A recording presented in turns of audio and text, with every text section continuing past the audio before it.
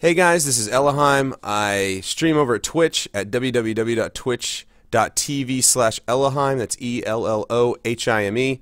I'm here today basically just to have a little bit of a dialogue about a certain subject. A lot of people have seen me do my 24-hour live streams where I level from 1 to 60 in a continuous stream, and the most common question that I get is how do you get from 1 to 60 quickly? And so I thought I'd get on here and I thought I'd just do a quick video and try to give you guys a few tips and let you guys know the best way to approach that. Now I'm going to put out this here for you guys.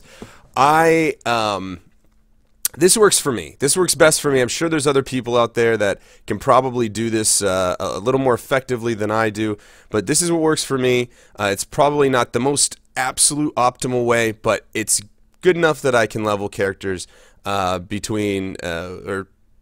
1 to 60 in less than 20 hours, which I think is relatively good. So I have leveled 4 characters now from 1 to 60 doing this, and it's been pretty successful. My first character took about 28 hours. After that was under 20, and pretty much has stayed consistently around 20 hours since then. So and again, these tips are not super secrets. I'm not going to tell you to exploit anything. I'm not going to tell you to get in the foundry. I'm not going to tell you to do anything that would harm your character. This is a legitimate way to get from 1 to 60 and to do it quickly. So the biggest tip I can tell you guys is to just do the quest line. Questline is by far probably the fastest way to get to 60 without exploiting. If you just follow the sparkly line and continue on that path, you should have no problem getting from 1 to 60 in a short amount of time. Now, there are a couple instances where you may fall behind in levels just based on doing the quests alone. It's okay. It's normal. It happens every now and then. I think it probably happened 2 or 3 times in my last level 60 run. Basically what happens is the main quest requires a certain level to continue on, usually to the next zone. Sometimes in the middle of the zone, though, they'll require a certain level to continue in that zone too. And you'll start to learn more about, I guess one of the biggest ones is Velisk Forest with the wolves and stuff. That one's a little more difficult because it requires you to have level 39 before finishing it, and sometimes it's hard to do. So anyways, I digress a little bit. What you need to do is you need to make sure that you do PvP to catch up in your levels. PvP will probably, most 99% of the time, be the quickest way to get your extra. Usually you just need just a little bit of extra experience. Maybe you need like about half a level. If you just do a few PvP instances when you get stuck, just to get your level, just to continue on the quest, that's what you need to do. So let's talk a little bit about just some things you need to be looking for and all that on the way. One of the biggest things for your character is your weapon. This controls almost all of your damage, besides power and all those other stats, everything. Okay, great. But your weapon damage is really going to be what helps you out. Keeping consistent and updated with your weapon as you go, which is pretty easy if you stick to the quest, because you usually will get weapons that's appropriate. Actually, you'll probably find that you'll find a lot of weapons that will be a couple levels ahead of you.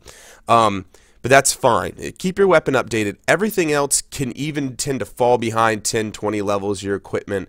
That's fine. So let's talk about the loot. You do not need to loot everything. You don't need to grab all the copper. You don't need to grab all the weapons. You don't need to continue to fill your bags with a bunch of useless junk. Okay? Grab what you need and get good at looking around. Find a potion, boom, pick it up. Oh, find a green, that might be an upgrade, boom, pick it up. If you don't freak out about it. Do not touch the kits in these dungeons. Don't take the time on it. Again, this is for the expediency leveling. If you're wanting a more casual experience, maybe this guide isn't for you, but what we're talking about is finishing quickly. So what you need to do is just be very sparingly about what you choose to spend your time with as far as loot's concerned. Also, I would stay away from skirmishes and I would stay away from dungeons. Guys, your equipment is going to be replaced so quickly. A lot of these places you don't even need the blues and everything that drop out of them. The experience is not that great. It's not worth the time. It's not as efficient as it could be when you're leveling from 1 to 60. And the last thing I'll say when it comes to leveling from 1 to 60 is just staying consistent and staying on task and making sure that you're getting through this stuff quickly. Sometimes it can be distracting to want to do the, let's say, the in-game zone events, you know, stuff like that, or you might get bored doing what you're doing with the quest and decide to try something else. If that's the case, I want you to have the most fun possible, obviously. But if we're talking about experience, just stick to the quest, stay focused. And even a good way of doing this, if you don't want to sit down like I do, kind of a glutton for punishment, and finish it in, you know, 1 to 20 hours all together in one sitting, what you should do is maybe break it up into segments. Like, I'm going to finish this zone and this zone to completion today. Tomorrow I'm going to finish this zone and this zone to completion. You can get 1, 2, 3, even 4 zones out of the way in a continuous sitting, depending on what they, what your time constraints looking like, and also what your drive or your willpower to your determination to complete it. So you don't necessarily have to sit down for a full length. So cutting it up like that might be helpful. I would also take a second to look over my tips when it comes to just little tips here and there. I have another video on here, the 10 important tips. Go through that. There's little things here and there that might be able to help you out. A lot of people, one of the biggest advantages that I've had to leveling is also the mount. A lot of you guys won't have a mount coming out. If you happen to have some astral diamonds laying around that you can convert over, even for an uncommon mount, I would go ahead and do that so that you have that on your account so you can just grab it and go. For those of you who are leveling the first time, you're going to have to kind of truck your way through. It's kind of going to go a little slower. But as soon as you get that 5 gold that you need to buy your first mount, I would go ahead and do that. It's very much worth it.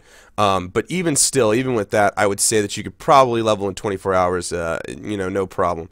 So anyways, these are just some things, just some tips. I hope this will help some of you guys, because you guys, a lot of people walk in and ask me, you know, what's the best way? And this has just been the best way for me. So I appreciate you guys' time. Thank you for watching the video. Again, this is Elohim, E-L-L-O-H-I-M-E, and I hope you guys have a beautiful day and make all your dreams come true. See ya.